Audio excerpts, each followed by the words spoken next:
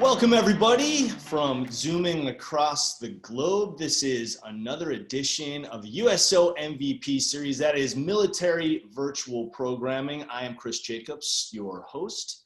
Pleasure to have you with us, and wherever you are, we hope you are safe and happy.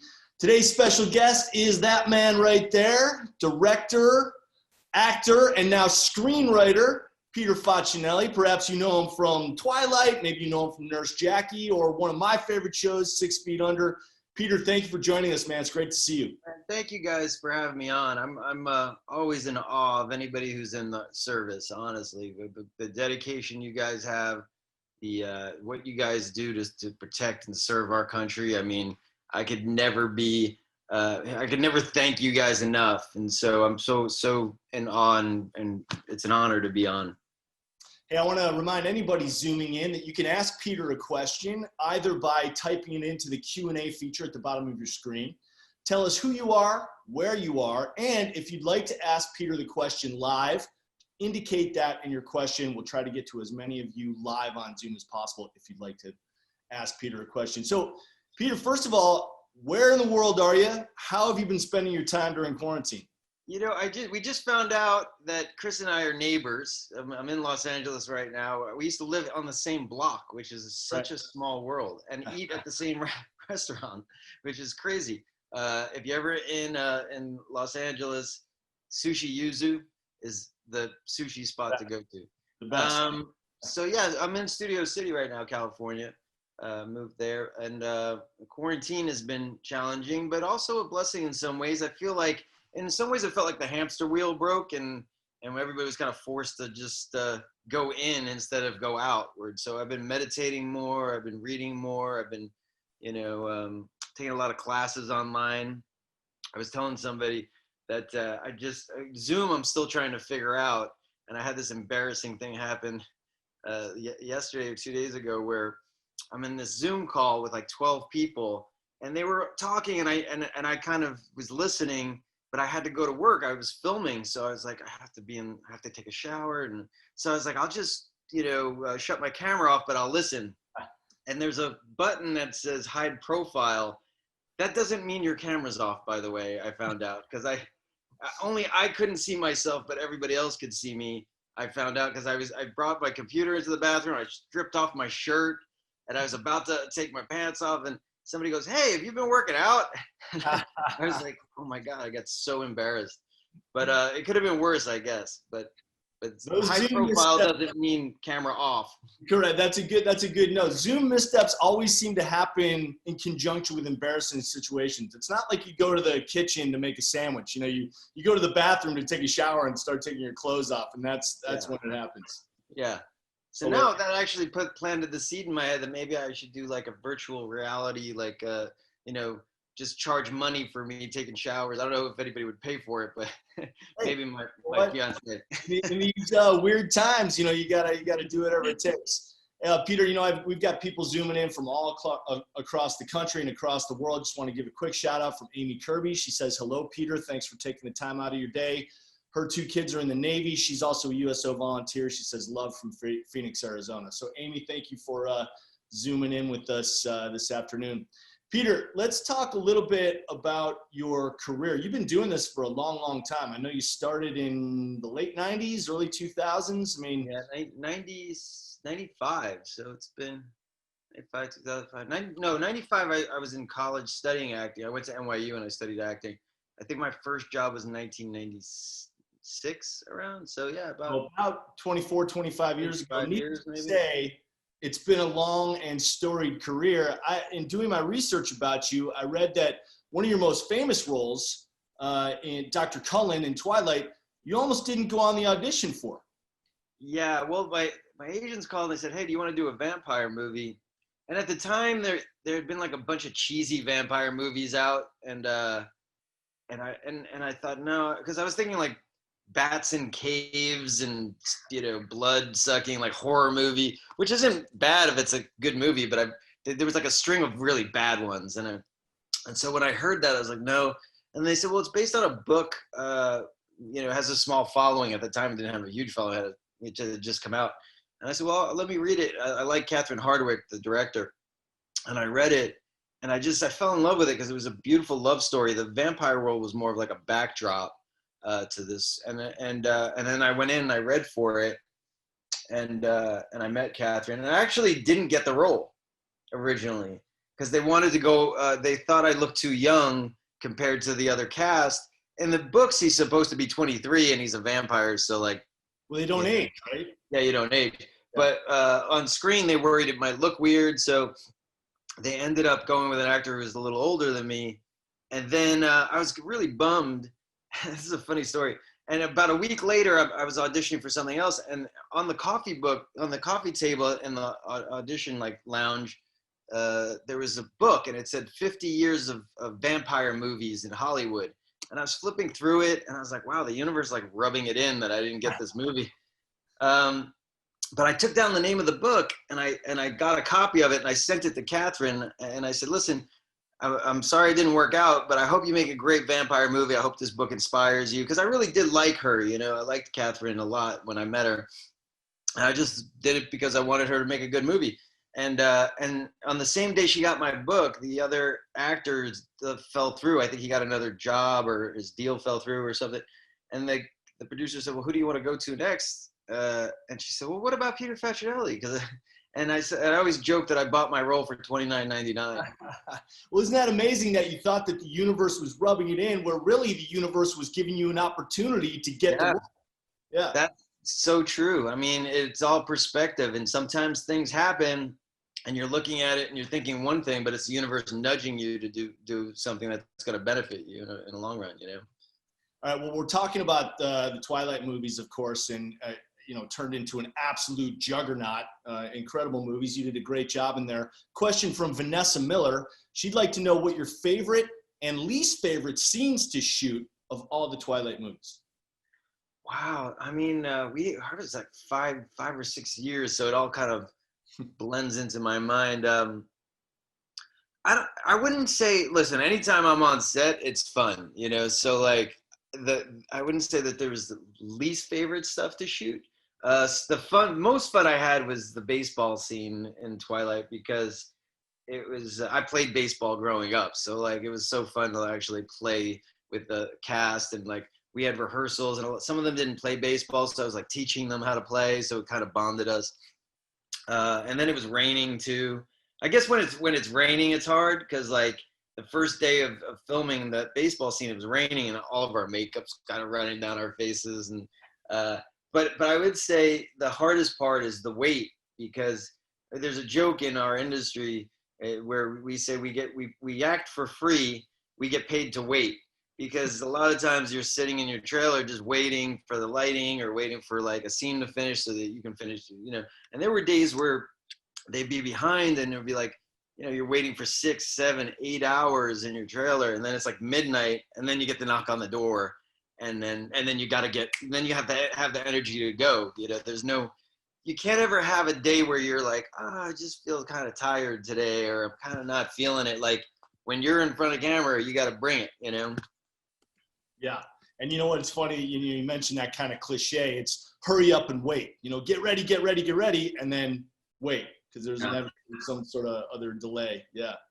That kind of answers like that in the military too, right? I mean, you guys, there's a lot of weight in the military, because there's like but there's way higher stakes for you guys. Yeah. So your adrenaline is just rushing all the time. You know, I think that's why I was drawn to directing too, because it feels like you have this team of soldiers at your command, and you're running this ship, and like you have this team that's helping you create something, and you're all in the muck together, and everybody's doing their job, and you have to rely on each other. So I like that camaraderie of that, and I like directing, because it's like you get to you have to oversee everybody. Yeah. I hope Peter's last answer also answered your question. Catherine Reed, she wanted to know about your favorite scene in Twilight. And she also says that Midnight Sun has re-sparked her teenage Twihard self. So thank you, Catherine, for zooming in. Peter, we're going to get to our first live question right now. It comes from Rebecca Castleman. She is a military spouse and also an actress. Rebecca, if you can click your start video button for us. There she is. Hi, Rebecca. Hey, Rebecca. Hi, can you hear me? Yeah, where are you calling from? Great. Hi, Peter. Well, I'm originally from Alaska, but we're stationed right now in Illinois at Scott Air Force Base. And my question's two parts. First of all, I wanted to know, do you have any tips about creating your own content, especially right now during coronavirus? Yeah. And the second part of that question would be, what's the best advice you've ever received concerning your career, whether that's acting or directing? Wow, those are really good questions. I guess content-wise, it's whatever moves you. You know what I mean? Like a lot of times people think, well, do you think an audience would like this, or do you think, you know, this would people would watch this? I think it's got to start with your passion, because if you're doing it for somebody else, it's not gonna come off as good. You know, if it's coming from you and it's being truthful to a story that you want to tell, then it's going to be good. You know, my dad always used to tell me, he didn't care what I did, and he still doesn't. I could never impress him, by the way. Like I remember calling him and going, hey, you know, I'm working with, you know, Penny Marshall, and I'm working with Drew Barrymore, and he goes, is he nice? And I was like, no, Drew Barrymore's a girl. Like, so like they just don't know anybody, you know, and which is great because it keeps you humble. But he used to tell me, if you love what you do, you'll make money at it. Because as long as you have passion and you love what you're doing, then you'll do it well. And if you do it well, then people will pay you well. So I would say the same thing with content. Like if you put your heart into it and you have passion for it, then that's just it's gonna pour off the screen, and people are gonna enjoy it no matter what it is, because it's coming from you, you know? Mm-hmm. So content wise, yeah, just find something that really, you know, you're passionate about telling, and it'll come. Like this story, The Vanished, comes out today, the movie I wrote and directed. It's about two parents in an RV park that their daughter goes missing within the first 10 minutes of the film. Mm-hmm. And the rest of the movie is kind of like this psychological thriller of who done it, who took the kid, and how far would you go to get your kid back if you were those parents. And you kind of get to live vicariously through them, and you're like, well, that's crazy. But I would do that, because if someone said that person has my kid, I would do anything to get them back, you know? But the way that came to be was I had an RV, and I took an RV trip from New York to LA with my 5-year-old daughter. And we pulled into this RV park, and I went to pay at the front desk, and there was gunshots. And I looked up, and he said, oh, don't worry about that. There's a prison about 2 miles down the road. They do drills. He said, 3 gunshots is normal. Anything more than that, come running to the front desk, though. So I didn't sleep all night, because I was thinking, well, geez, what if a convict gets escaped? And what if my daughter goes missing? How would I find her in the middle of these woods? It's like looking for a needle in a haystack, and it's so beautiful out here, and what a horrific thing to happen against such beautiful nature, you know?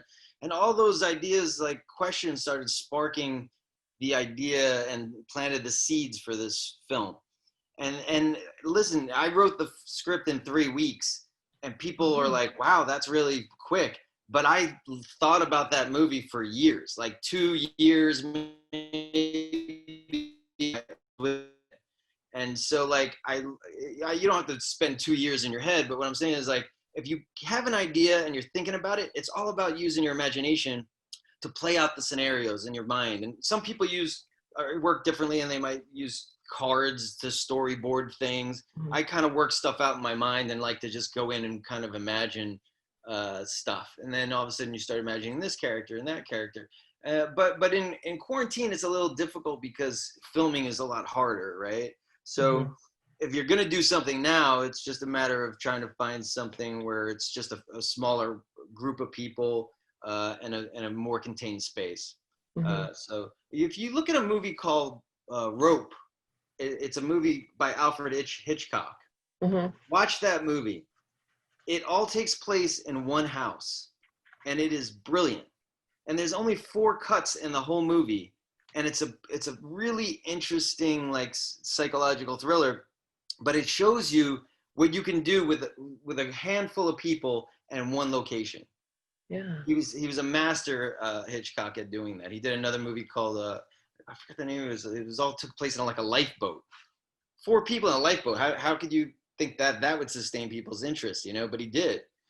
So it's interesting to watch. Watch Rope by Alfred Hitchcock. Jimmy Stewart's in it. It's really good. And then the other question was, what was the second part question?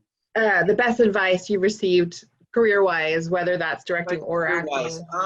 Just don't give up. Yeah. Don't give up. Like, you know, when you're an actor or trying to be an actor or be in the arts, and direct, and so many people are like, well, I'll give it 3 or 4 years. If it doesn't work out, I'll do this. Don't do that, because when I started acting, I had never done a high school play because I was too shy to do a play. Like I would have thrown up if somebody was like, do a play. I was that shy. I was so shy that in high school I couldn't even stand in the lunch line because I was too embarrassed to get in the lunch line, because I was like, well, what if I drop my tray or if somebody looks at me? Like, so there was a little old lady that sold pretzels on the other side of the cafeteria. And as everybody went into the lunch line to get hamburgers, I went to get a pretzel and I'd sit down and eat my pretzel. For the first 3 years of high school, I only ate pretzels and an orange juice for lunch because I was so shy. But acting actually brought me out of my shyness, because I felt like if I could play these other characters, then I could be anybody, you know what I mean? And so it allowed me to start exploring different parts of myself without feeling like people were like looking at me, you know? And so then I became less shy. So it was very therapeutic for me. But the thing was with me, when I started out, I thought, well, look, I want to be an actor, and I think that's what I want to do. And I don't care if it takes me to 70 years old. I'm going to get a paycheck. I'm going to do it. And that's the commitment I had. I was like, if it takes me to 70 years old to get a paycheck, that's how long it takes, then that's the dedication I'm going to have.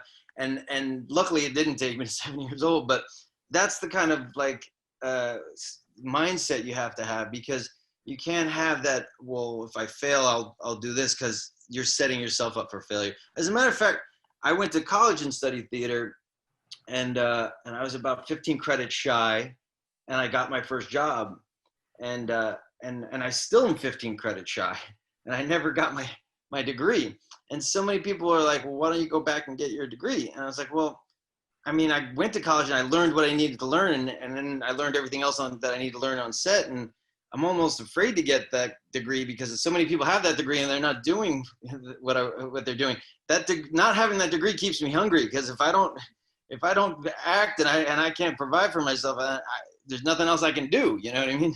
So right. Like, I don't have a backup plan. This is it. It's sink or swim for me, you know? So like, that's why I don't have it. And it was funny because NYU called me. I went to NYU and they said, hey, will you give a speech to the incoming freshmen? A couple of years ago when I was doing Twilight. And I said, well, I didn't graduate. I don't want to advocate like not graduating, being a college dropout. And they go, no, well, we look at you like you're one of our, NYU graduates. Cause I was like, oh, cool. Can you give me my degree? But they wanted me to come back and work and get the degree. And I respected that. But I thought, you know what? I don't need the paper. I got the education I need and everything else I learned. And I'm continually, credits is not going to make me that much better of an actor. Right now, continually doing what I'm doing is hopefully making me better. It's an art, so it takes a lifetime to learn, So just keep doing it. Don't give up. Keep doing it. Find ways to do it. Like, don't let people tell you that you can't do it. You can always make your own content. You know what I mean? Right. That's kind of when we go to base to base to base. It's like starting over every time, but just keep at it. All right. Well, thank you. Awesome. Thank you for appreciate your it, Rebecca. We appreciate you. Tell your husband we appreciate his service. Thank you very much. Thank you so much. Sure. Thank you. And Peter, that really is good advice. You got to be willing to go in, hear no 99 times, and go in on that 100th time and hear no again, and still go back for the 101st time. You're speaking about simple movies too that keep your interest. There's a movie starring Hugo Weaving, who's a phenomenal actor. Love him. Called The Interview. It's just him and one other guy. Takes place in an interrogation room the entire movie. It's amazing. But Hugo Weaving is so interesting that he holds it the entire time. You should check that out if you haven't seen it. I So will. we were talking about The Vanished.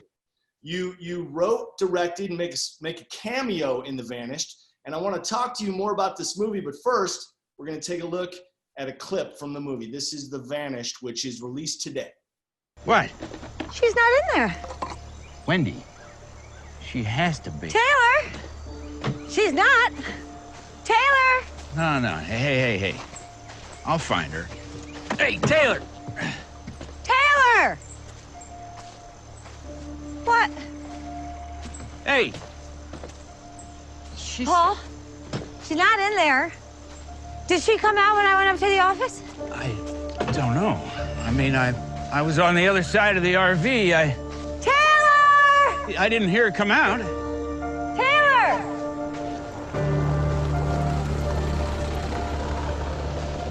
She's probably just hiding, right? Oh, She couldn't have hiding, gone huh? far. She's hiding. She's gonna be in big trouble.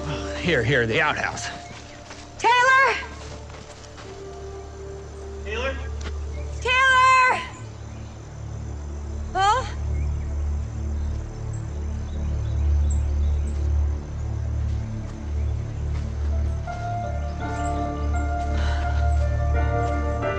Where is she?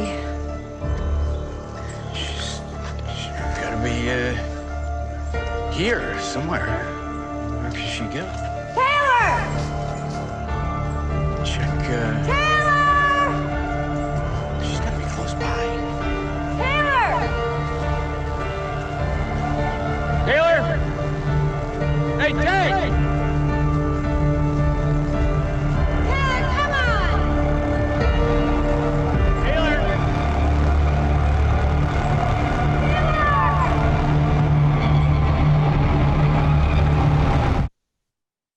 Whoa. Can cut that tension with a knife, Peter. Nicely done. Thomas J. Every parent's worst nightmare right there, right? Absolutely. And you were telling our first live questionnaire that happens within the first 10 minutes of the movie. I mean, you jump right in. Well, I feel like, when that happens, and I've had it happen on smaller scales with my kids, where you're in the supermarket and you're like, look, they're out of your peripheral view, and all of a sudden that 5 seconds feels like, your whole heart stops, because you're like, as soon as you lose sight of your kid, like your world stops, and time just slows down, and it's so terrifying. You get that pit in your stomach, but it happens so fast, and I wanted to try to capture that within the first 10 minutes of the movie, where they go on this vacation and they're checking in and everything's great. And then all of a sudden, like that, gone. And you're like, where did she go? What happened? And then the rest of the movie, this ride of like trying to figure that out. Like where did she go? When I was in Italy, my daughter was about 10, and we went to this concert up in the mountains. And I was at this little restaurant, and I told my daughter, wait here, I went to throw something out, literally maybe 10 seconds. And I came back, and this is after I had written this movie, by the way. And I came back, and she wasn't there. But my family was eating outside, so I thought, oh, my family's right there. There's like 10 of us. She probably wandered off to the table. So I sat down, and I started eating, and then I realized everybody's still at the table, and my daughter's not there. And I started asking, like, well, where's Fiona? And nobody knew. And I was terrified. And I was like, nobody eats. Everybody stop eating. We got to find my daughter. And so I went in the restaurant. My mom's like, well, she's probably inside. She's probably in the bathroom. Not there, not in the restaurant. And it was so scary. And so there was another restaurant about, a 5-minute walk in the other direction. And you could see it from where we were. And somebody said, maybe she walked to that restaurant. And I said, well, why would a 10-year-old walk all the way over there by herself? It doesn't make any sense. So I started running in that direction. And the whole time I'm running, I'm thinking, what if she fell off the mountain? What if somebody kidnapped her? What if I never see her again? And you're imagining the worst case scenario. And I get to the restaurant, she's sitting on a rock and she's crying. And I just grabbed her and I hugged her. And it was like the hardest, like terrifying experience. And I said, what happened? She said, I thought that there was a guy with a jacket that looked like you. And I thought it was you. So I started following him. and then she realized it wasn't him, and she didn't know what to do, so she just sat down, and it was so scary. But it's like that kind of tension in this movie. And then I always loved like Hitchcock, like mysteries, and I wanted the audience to feel like, well, I can crack this case, you know, I can solve this. So if you crack the case out there when you watch it, then you're one of the like 5%ers, because 95% haven't figured it out. Well, I liked the guy driving by on the gator too. I'm wondering if he figures into it or if that was just a red herring. But I'm definitely gonna watch.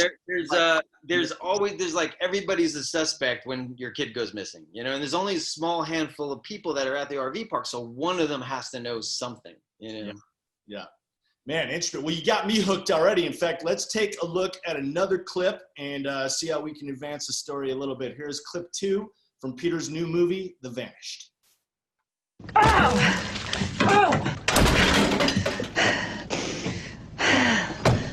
What's going on, Wendy? Our daughter is missing, and you're inviting Miss Congeniality to dinner? Hey, oh, what the hell are you talking about, Wendy? I'm trying to be a nice guy. Nice. Yeah. Nice. You don't think I saw the way that you looked at her? Huh? You don't think that maybe if you didn't get distracted, our daughter wouldn't still be in this trailer? Stop! Okay, I know what this is about. All right. Don't blame me. You think that's gonna bring her back? It was a long time ago, Wendy. I told you that would never happen again. That's what I meant. Okay? Up. But don't keep beating me up about Taylor's the only reason I'm with you! Knock it Taylor's off! the only reason I'm with you! Stop it! We don't have anything, Paul! We don't have anything, Paul! We don't have anything without Taylor! What do we have, Paul? What do we have? Tell me what we have without our daughter! We have each other. Hey. We have each other. That's all we have. And we're gonna get through this. Together.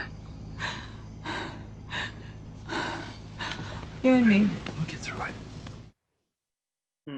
Oh, a lot of backstory going on there. That's some nice tension there. Now, Tim and Ann were really strong in that scene. You know, for me, it really became a study, this movie, as to what happens to a relationship when something horrific happens like that. You know, you're either going to team up together or they're going to start blaming each other and the marriage falls apart.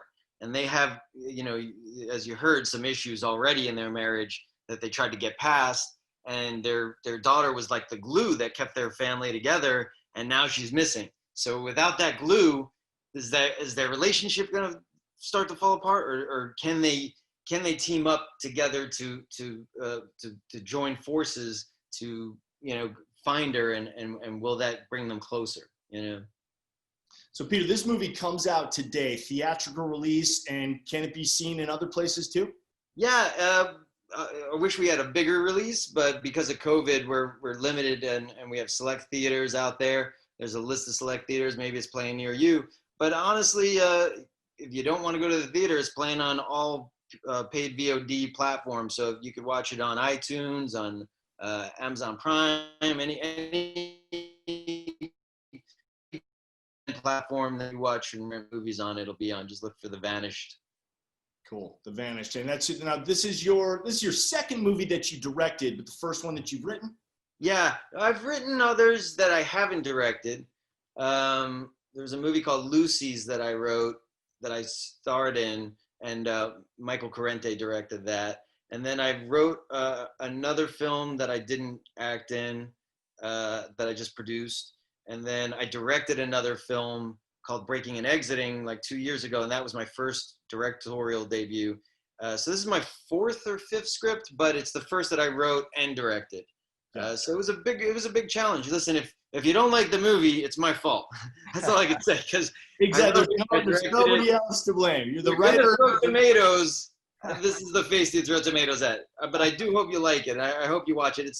It's an interesting, fun ride. And you know, I know movies about kids gone missing are hard to watch, but this one's actually entertaining because it's got that mystery aspect of it. It's not like a one of those dramas that's so heavy, and then you find out like the kid's mutilated or something. It's like, it's really about the mystery of like, where did this kid go, and then trying to solve that mystery, and then and it's also about the relationships and how it affects the marriage. Yeah, and that's really what it looks like from the two clips that we saw, that it's about how their, you know, kind of broken relationship is probably patched up through trying to find their missing daughter. So which do you prefer? Do you prefer acting or directing?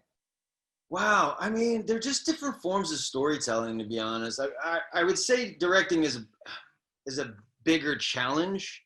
There's that adrenaline rush that you get. That's when you're acting, there's an adrenaline rush for sure.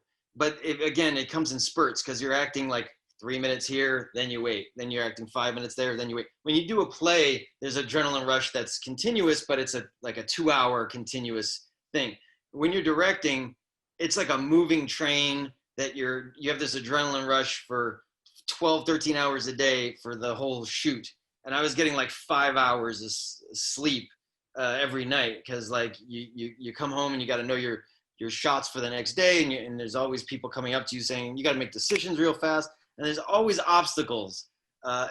It's like I said, it's like being in the muck, because you're just like, oh my God, it's raining today, and the sun's going down, I gotta get this shot. And you know, then we had wild hogs come up, shut us down one day. The police came, were like, there's wild hogs in the area, you can't shoot. What do you mean wild hogs are in the area? We need lunch, so invite them, you know. That's not really something you think about, shutting down a production, wild hogs being in the area. Yeah, it was crazy. I mean, we just had obstacle after obstacle, but those challenges force you to think quick on your feet. And then you have this team of people that are all helping to make your vision come to life. So I was super appreciative of the crew, the actors, the producers, and we shot in Tuscaloosa, which everybody was really nice out there, and it was such a beautiful play. I mean, to show up on set every day and look at that lake every day was so beautiful, you know. What a beautiful office to work in. Yeah, nice view out the office window. Peter, talk about another one of your projects, one of my favorite shows. You were on it for 7 seasons, Nurse Jackie. Yeah. Of course, you were co-starring with Edie Falco, who was just coming off of The Sopranos, arguably the greatest television show of all time. What was that experience like for you? And your character in particular was so multifaceted. It must have been a pleasure to kind of get inside that guy's skin. It was super fun playing that character, because I was shooting Twilight at the same time sometimes when we shot that. So I would go and shoot like a week or two in Canada on Twilight, and then I would fly on a plane and I'd shoot a week or two on Nurse Jackie, and I was like flying back and forth. People would ask me, do you get your lines mixed up? And I was like, no, they're so different, those characters, that that it was actually fun to play 2 different, drastically different people. Because Carlisle's more like the rock of the family, this guy that you look up to, the head of the family, this leader. He's smart. And then you have Coop and Nurse Jackie, and he's kind of like this 12-year-old in a 30-year-old, 35-year-old body who just has no filter. He says things that you're like, why would you say that? You know, but he doesn't even understand that it's socially not acceptable. And he has like a weird sexual Tourette's, and like, he's just a mess. And he's a doctor, and you put your life in his hands, and people don't know that he's a mess, you know? So it's interesting. It actually made me scared to go to doctors, because you're like, is there doctors like this that are out there that are just like a mess in real life, and they're taking care of you, you know?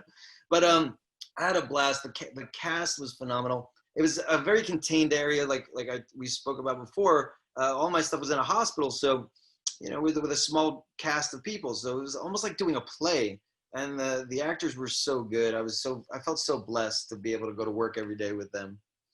Yeah, you must have discussed the fact that Edie's love interest on the show, the doctor who ran the pharmacy, played her priest on The Sopranos. So what an incredible kind of, flipping of the script, so to speak, between those two relationships. Yeah, that was great. And their characters are so different, and that's the beauty of acting. I always say, when people ask me, well, why do you like acting so much? I'm like, it's kind of like the cruise ship of life, because when you take a cruise, you get to visit these ports, and you're never going to know what it's like to actually live there. but you get to visit there and get a taste of it, right? So when you're acting and you're an actor, you get to have a taste of what it's like to be a doctor, a taste of what it's like to be a vampire, maybe like a little small taste of what it's like to be a soldier, but you're never actually going to fully experience it, but you get a small taste. And I get to live all these lifetimes in one lifetime. I mean, I must have died over a dozen times already in this lifetime, you know? Yeah, it's so interesting, man. And congratulations on both the Twilight movies and on Nurse Jackie. Let's get to a couple remaining questions here in the Q&A section. Catherine Reed would like to know, what sparked your desire to come on today and spend some time with military members and their families? Oh my God, listen, I am so in awe, again, of the military, of what sacrifices that you guys make with your families, for our country. I can't do enough, and I'm so humbled actually being here. I mean, sometimes I've met soldiers that are like, oh my God, I'm a big fan of yours. I'm like, you don't understand. Like, I feel like crying right now because what you guys do, I might play a superhero, but you guys are the superheroes. So like when I meet you, I'm the 12-year-old boy that's in awe of like the superhero. Like, I'm so in awe of what you guys do. I remember doing an autograph signing. They asked me to do an autograph signing. I think it was Fort Davis. And I was supposed to go there for a couple of hours for Twilight. And people kept coming, and they said, okay, do you want to finish? And I said, no, I don't want to stop until everybody gets one. And so I signed an autographs for 17 hours with one bathroom break and one slice of pizza, because I was like, I'm not going home until everybody gets what they need. And they kept the doors open until 2 a.m. And I would have went another 17 hours. Like, that's how much I have respect for you guys. So it's an honor and a pleasure to be on. And I'm humbled that you guys would even have me on. That's very cool that you did that. And obviously people are interested in hearing what you have to say, because we have people zooming in from Hawaii, Japan, Florida, New York, Maryland, Alaska, Germany, North Carolina, Texas, Kentucky, Virginia, South Korea, and the United Kingdom. So that's fantastic. You're worldwide right now, Peter. Last thing I want to do is give you an opportunity to share some words of thanks and encouragement for the troops zooming in. Yeah, guys, please stay safe out there, and God bless you, and Godspeed that you get to come home to your families soon, and thank you for putting your lives on the line. What you guys do, like I said, you're the real superheroes, and the stakes are so much higher for what you guys do. And I get that little small adrenaline rush when I'm acting and I'm directing. I can't even imagine the adrenaline rush you guys have when you're out there, and the camaraderie that you guys have. And like I said, the one genre I haven't done yet is playing a soldier.